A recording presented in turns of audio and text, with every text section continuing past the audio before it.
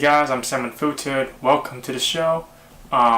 Basically, the point of this show is very similar to a show I used to have when I was much younger. Something I started for my own family when I was in the car growing up. I used to record myself on one of my audio recorders on my phone, doing a little radio show for them. And then I would play it in the car, play some hit music at the time, and talk about sports or have people call into my little fake radio show that I would record like once a week or something like that. And the point of it, well, the name of it was Sam Unfiltered. And the point of it was to show a different side that perhaps people don't see when we're doing big projects. Like me personally, I'm a writer, so when I write, usually just reading off the words, and if I do a vlog or something else randomly, you'll see that maybe. You see me talking about a business matter, but not really a more personal side of me. Another example is the movie 007 Prelude I did with my good friends John and David over the last summer of 2017. We were good. We tried our best to be professional in the beginning, and it came out pretty well for our first project. I would say it was fun. Got to meet some awesome guys, and we're looking forward to doing more stuff in the future. But as for that, what happened is, again, we're trying to be professional. We're trying to handle it in a professional manner that would make that become out a good project. So the point of this show, and my name on the show being Sam Unfiltered, is that we're going to try and show you guys, an unscripted side of us. Is the best way I can put it. Randomness, whatever. We'll try to be funny, but we're gonna just update you guys. This will be like little vlogs in between our bigger projects. Maybe for my segment, you will see some mini skits or whatever each week, each month. Maybe show comes out once a month, 31 days apart from the last episode, and it's just gonna be a little update vlog similar to what we did for 007 Prelude, but just in a different manner, slightly. So it's an interesting concept. It's the pilot episode. I hope you guys enjoy it. But me talking right now is gonna be unfiltered, as well as whoever else is involved later on. So we'll check that out later on. But for my segment right now, I'm going to show you guys a little teaser into something that I'm working on with John for the summer. My segment once a month will be to try to update you guys on maybe a side writing project, or maybe something else, considering the kind of film stuff I like to do for fun. I'm not a great editor, great photographer, filmographer, whatever, but just for fun. So I'll show you guys a little teaser, and then we'll move on to see what's next, right? As the flowing waves of time continue without end, there's a light that glimmers just for a bit. Step by step I'll carve these memories into the world, and I won't ever stop believing.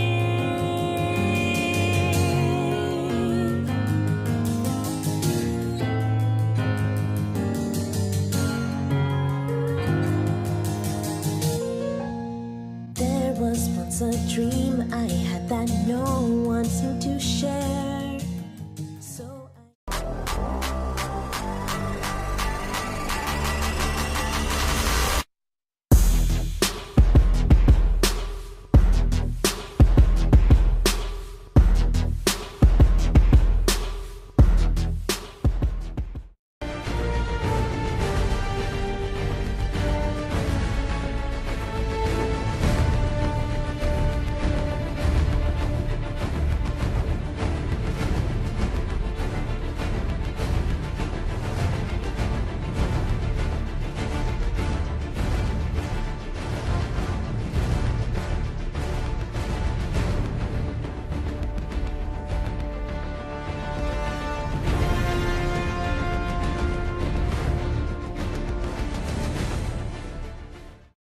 Hi, my name is John. I'm going to be on this YouTube channel the next couple months. I was a brown belt in martial arts and Kempo Jiu-Jitsu, and I also learned Wing Chun Kung Fu. I did like Kempo Jiu-Jitsu, but I think the Wing Chun was better because it was all street fighting, so the basic skills what you'll need in a real self-defense fight.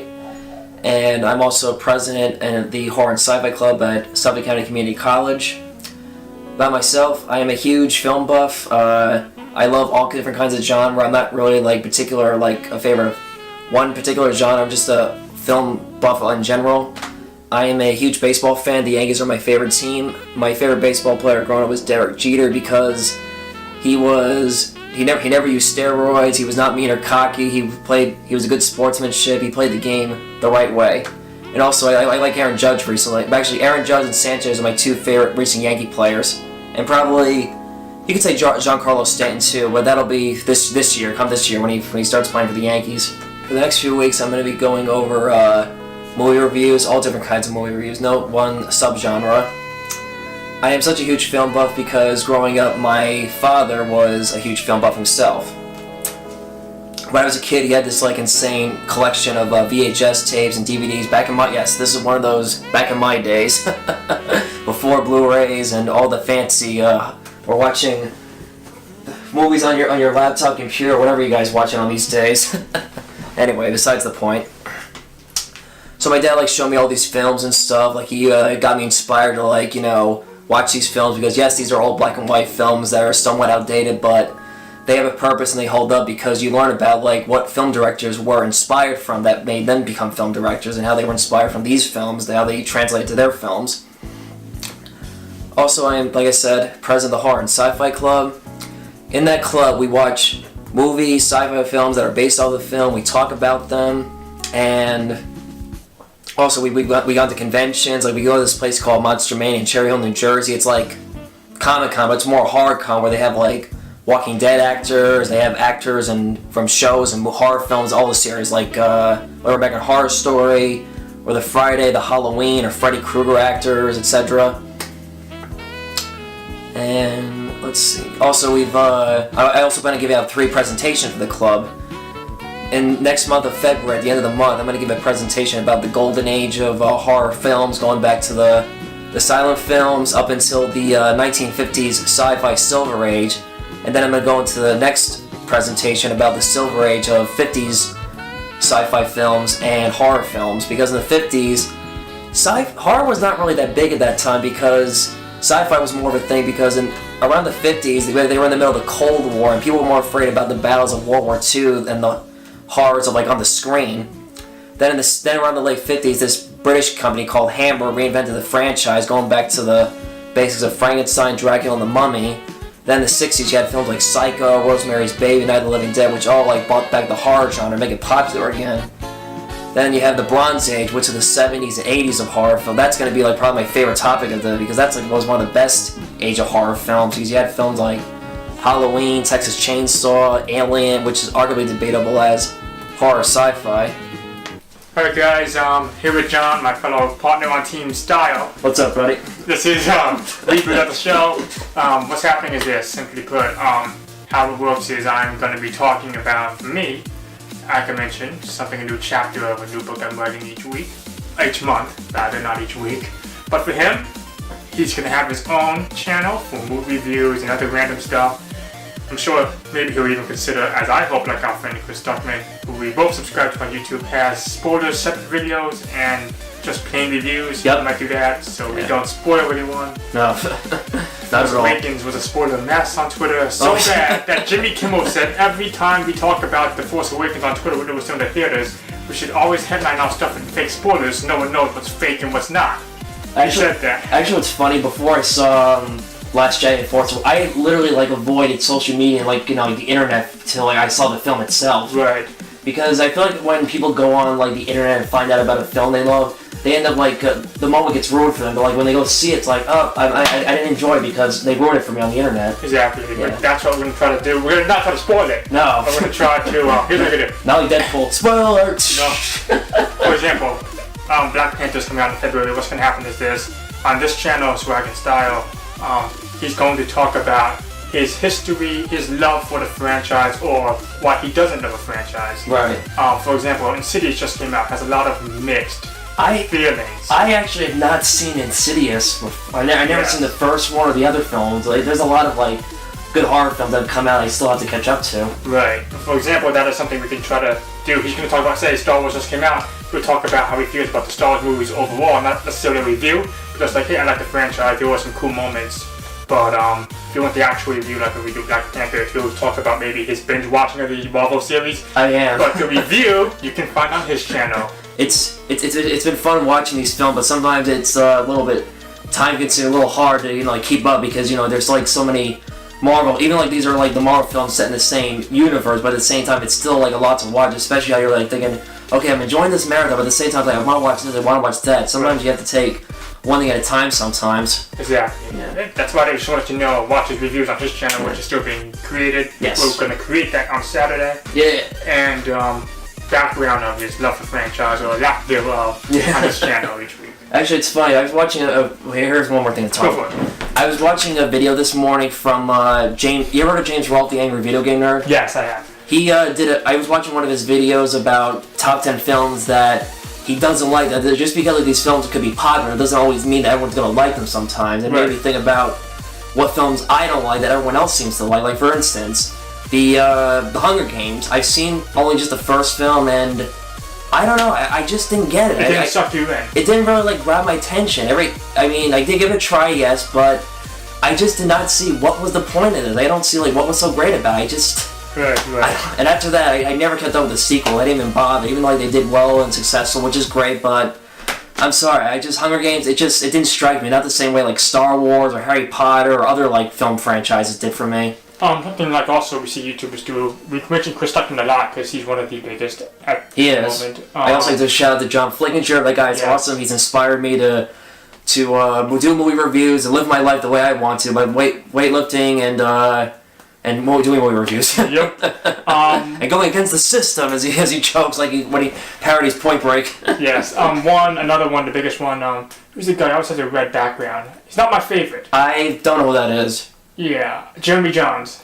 Heard of him, but I never watched his stuff. Yeah, but I heard he's good. But the thing is, yes, there's great other YouTuber out there with movie reviewers, but it's hard to keep up. It's like so many. It's just sometimes you're gonna stick with somebody that you admire and someone that you feel like drawn and connected to. Sometimes. Right, and I guess sometimes even we'll consider doing like smaller market films as well. Yes. All right.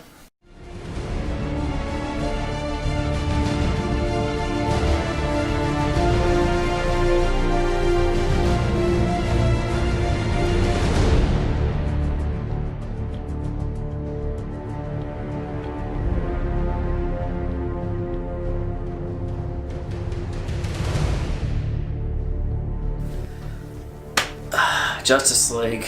I've been waiting for this film my whole life. Since I was a kid, watching the animated show, reading comic books to see a live-action Justice League film. It came true, but the film just with Zack Snyder, when Man of Steel, Batman vs Superman were strike one, strike two. This was strike three. He struck me out. He's a great visualization, but he just does not know how to direct characters, good story arc. He just.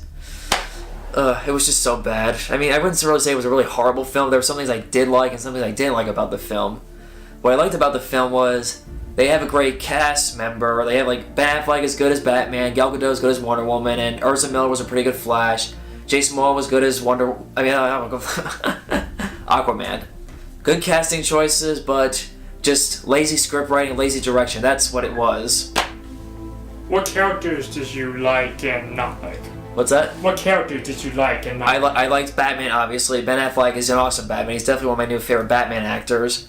And Gal Gadot, she's fun. She's like literally, I think it's the first time I watched the film where I did not complain about the actors. I was complaining more about the story and the directing and the writing. That's what was more. This is John signing off, and I look forward to seeing and hearing from you guys in the future. If we gotta go alone to walk with God, it doesn't make a difference if we make it or not. We've got each other, and that's all I for you. We'll give it a shot. Whoa, we're not waiting. Oh, living under prayer. Take my hand, we'll make it our way. Oh, living under prayer. What's up, guys? Okay, this time we're here with David, and today we're going to have him join us for a conversation with John about a game that John has played before that he also happened to as well. The game is called Until Dawn, and out of the three of us on this show, As you guys know, we are meeting once a month to do about 3-minute segments each month. It's nothing so complicated. It's not like the movies where there's strictness or lines to memorize precisely. This is just having fun, showing you guys a different side of ourselves. And today, David plays a lot of the games that, in this genre, there's not many, but one of the biggest ones for the PS4 was Until Dawn. He's going to talk to John about today with his choices, a little compare and contrast. I do writing stuff, which is in my segment, and John does movie reviews, but he's also the president of his horror club at Suffolk County Community College. They will talk about that together. But first, David, how did you like Until Dawn? Basically, did you enjoy it? How did you like it? How did you come across it? One of my friends now turned enemy brought the game over. Right. I first watched some streamers on YouTube play it because I was like, alright, yeah, sure, I'll watch this. I'm never going to be able to play this. Right. Friend turned enemy brought it over, and he brought it over. I was just like, yeah, I've already seen gameplay of this. I know all of the jump scares. I'm going to do the exact opposite of everything I've seen. Right. Just to see what would happen. To try to make your own, to get every possible ending. No, I just wanted to see what would happen. Right. And I liked the game just fine, though. Yes. Did you try, at some moments to make the choices how you would in real life? When it came to the fear sections, Yes. on what the Until Dawn thing is like, what are you afraid of? No, because they didn't have what I feared on there. Right. Like, the only thing that came close would be storms, I guess. But getting struck by lightning and storms are completely different things. Correct. So yeah, I mean, it's a very interesting game. I've done some research. He's the one who originally sparked the interest for it. We are going to compare John's choices. He's currently in the middle of Chapter 8. Actually, 9, actually. 9, thank you. We're close to the end. That's one thing I remember so far, what I've gotten to the game. Anyway, go on. Yeah, no, this is completely unfiltered. It's fun. Chapter 9, we're going to go up to that point. I'll let him know nothing in Chapter 10 we'll be talking about until next time when he beats it. But I'll say this, he's been impressed so far. So I'm going to cut here, and we're now going to begin talking with John and bring him into the conversation. What's up, guys? I'm here with John again. We're about to have an open discussion with David about how his progress with the game has gone, how he's enjoyed it, how literally one of the jump scares actually lifted the chair he was sitting on when he did it in his house. Oh yeah, probably like the He scary. told me about that, yeah. Probably the scariest jump scare I've seen since The Strangers. Yes. As he's going That's to an Joe, obscure reference. he's Hey, going. Yeah, hey, that was like the best horror film I've seen the past 10 years of horror films.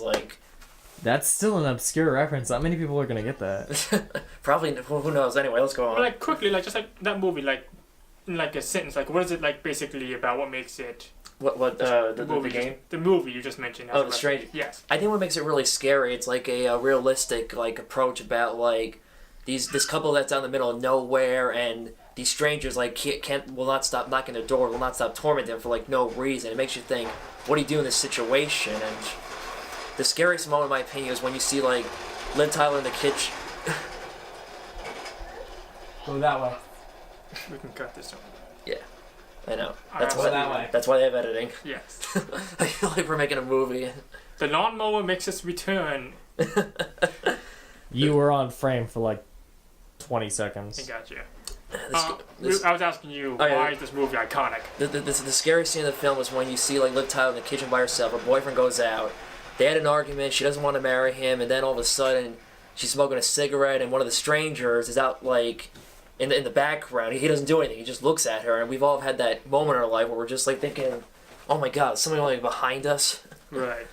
And because the realism of it scares you. Yes. That's what makes it scary. Yes. Actually, look, here's a fact about the film. It was inspired from the Manson murders, but of course, Hollywood fiction. Right. So what's going to happen is this. I'm going to talk to David, talk to John together now. We're going to talk about how, first of all, he's the president of his horror sci-fi club, and then we'll get into the conversation. I don't think it's in at all, actually. I think that was somewhere with the bad signal. But, Anyway, all right. yeah. Let's go. Let's do this. Alright guys, what's happening? We're here with John, we're here with David. Now, this, as you know, this show is basically Unfiltered. I will reiterate it one time. This is the first time all on camera at the same time for this show. Here's what happens. We meet once a month, hopefully 30 days apart from each. A segment we do for our vlog. We just update on what's going on in each of our own lives. You know, in areas that we like to do. I like to write. I'm going to show John and maybe David a chapter or something more seriously that I've done for college once a month. For him, he started a movie review channel, which you can find him on very soon, toward the end of this month before the semester starts back. He reviews movies, and in the moment to kick off this conversation before we get to his choices, he's going to tell us about how he is the president, is that accurate, Yes. of a horror sci-fi club at Suffolk County Community College for what, a few years now, right? Yes, I've been president for actually going on 2 years come this semester. Right. And he is also, you know him, he's been cameraman, he's also played Q for our 007 film back in the summer. How's it going, people? He's also going to join us on the conversation. He has played this game before John has, and he's going to help us compare his choices. But he also knows a lot about gaming and a lot of game theory of his own as well, philosophies as you put it. So we have a lot of interesting perspectives. So we're going to kick this off before we get into the 8 chapters of choices. I'm not going to go into 9 and 10 today. We're going to begin a little background for him. You both like horror. You both tried to tell me I should watch The Shining over the summer. I still plan to, maybe together. But for yourself and the audience, how have you started this club? Why did you get into it? How did you get into it? I got into it when I was a freshman in college. I took freshman seminar. We were given this assignment to go to a sporting event or activity or any like event or clubs at the campus. Right. So I was originally going to join the PT club because at that time that was my original goal, to be a physical therapist. Right. I thought maybe join that club I would like maybe get the experience out of it, but I found the club. They're like, you're not gonna get experience. You have to go to a real PT clinic. I'm like, never mind. So after that, I go to the Babylon Student Center, look at other options. I see horror and sci-fi. I'm Horror like, sci-fi. Interesting choice. yeah, I'm like, I'm a horror and sci-fi guy. I'm like, I'll go do that. And first time I went there, I was a member. We watched the Creep Show. It was great. I loved it. Right. After that, I was first a member, then treasurer. Right. Then I was the vice president. Then 2 years ago, I was named the president of the club. Right. And the rest is history. Was the goal to be the president at some point? At some point, but at first I just wanted to like go there and have fun, make friends, and then eventually one thing led to another. I became the president. You done. Wait, you're the president of the United States? I wish. No, God, no. No. Heck no. This is 2022. Fourth time we could done it. Oh God. Let's make America scare again. Yeah, we gotta make the purge a reality. Oh God. Oh God. Then they'll really yeah, hit. let's not. Then they'll really want to impeach me. No.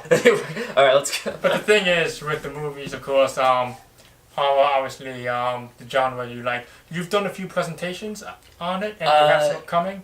I have. I've worked on the presentation. I haven't done them yet. I plan on doing them as soon as possible because in the past my advisor of the club did the presentations, but things got busy, and he asked, "Do you want to do them?" I'm like, "Yeah, sure, I'd love to do it." Right. And then it also occurred to me, not only would I do one on the Golden Age, let's do one on the Silver Age, the Bronze Age. That'd be a great presentation to do. Of course, and of course you like some horror stuff too. Are there any films that you perhaps like? Do anything about the horror genre?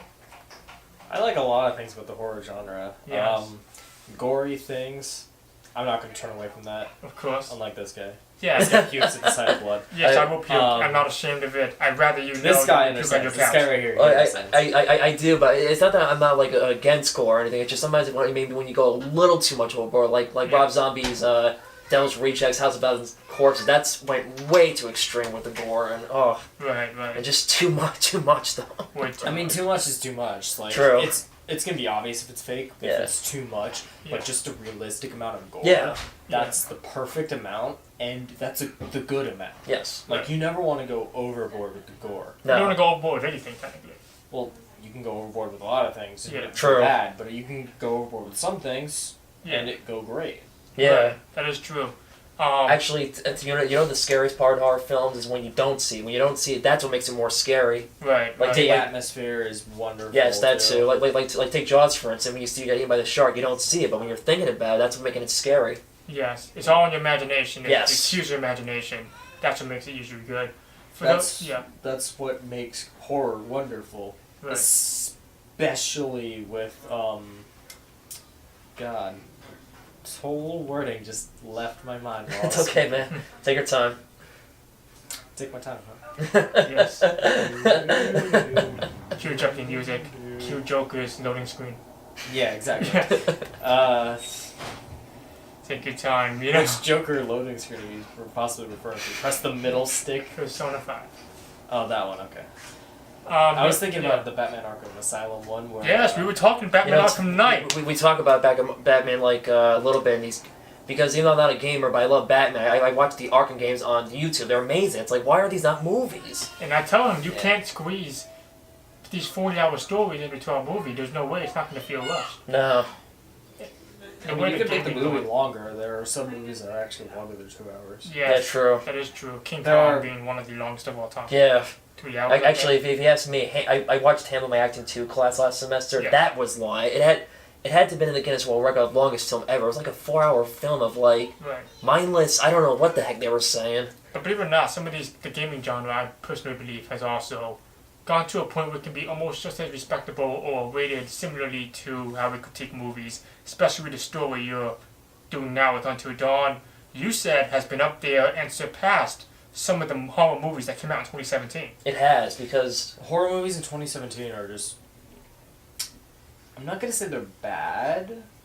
I want to say they're lacking in atmosphere, Right, because atmosphere is what makes a horror movie a horror movie. right, Like, I could have John here in a haunted house, and he knows it's haunted, but nothing could be happening to him for Right. like, I want to say like 6-7 hours, something like that. and he's gonna be freaking out yes. because he's going to be paranoid.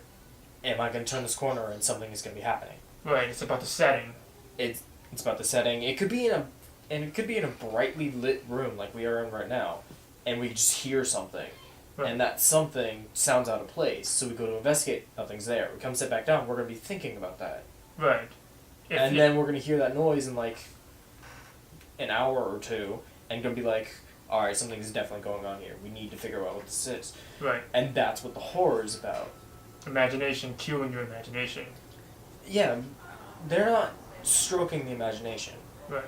Making That you feel probably something that's sounds not there. wrong, and someone's probably gonna make a joke about that in the comments section. Yes. And you are horrible people.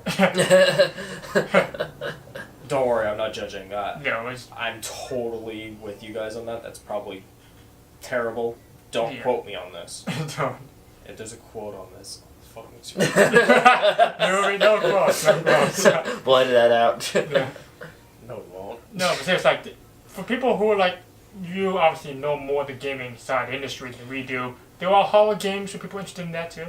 Resident Evil being the biggest that most people might know. The newer Resident Evils, Resident Evil 7 being the exception.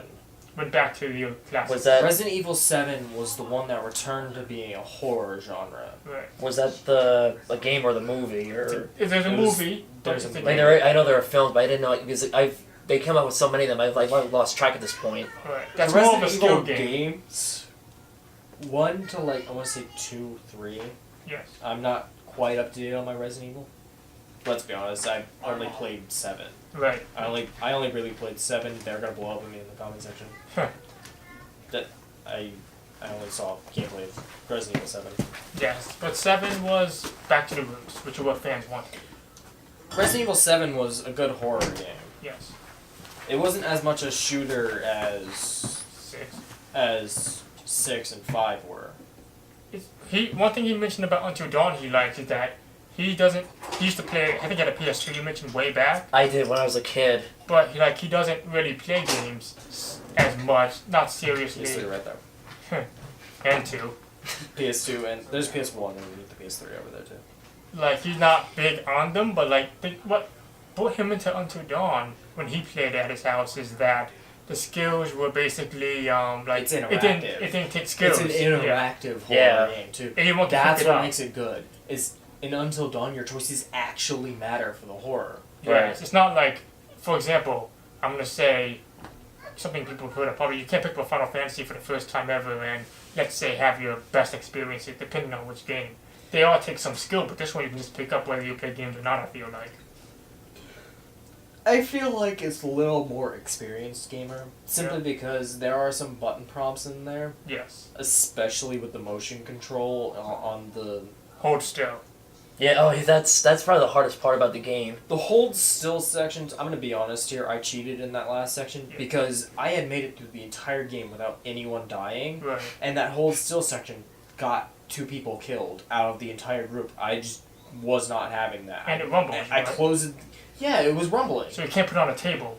No, you put it down on a table, it's gonna rumble down, and it's Yeah. gonna rumble out of the way. Game over. I had to shove the controller still into the table in order to keep it still. Right.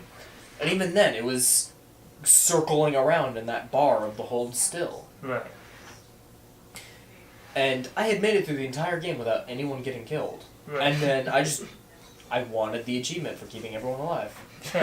Yeah. Exactly. But there's a lot to talk about. We'll get into that. But I think now, with the time, we are going to hop into this question when we reset the camera. Because as you guys know, this is unfiltered. I'm just being straight up with you. Realistically, these cameras are good.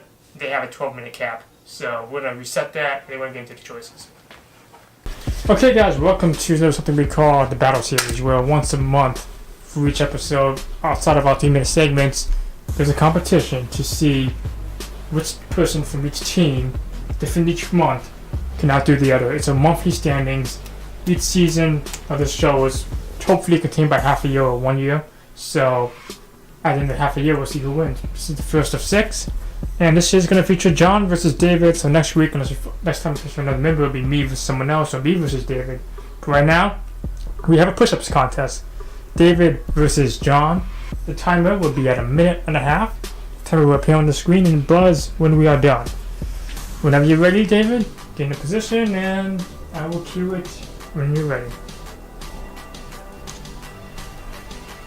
How funny. You saw that, right? I think the camera saw it too.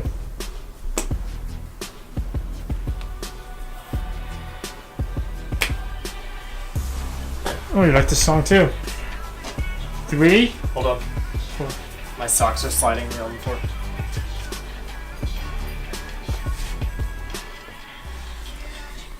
Alright. 5, 4, 3, 2, 1, go. 5.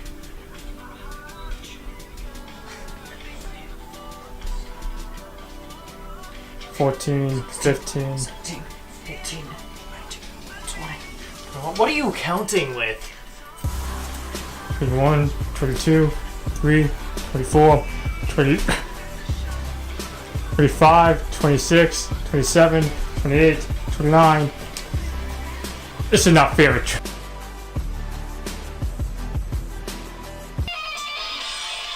1 o'clock. 1, 3, 4, 5, 6, 7, 8, 9, 10, 11, 12, 13, 14, 15, 16, 17, 18, 19, 20, 21, 22, 23, No. 4, 5, 26, 27, 28, What'd you just say? 28, No, before that. 27. No. You said something. Were you saying higher? No. 29, 30, 31, 32. We're at 43 seconds. 33, 34, 35, 36, 30, 37, 38, 39, 40. 55 seconds. We're at 40.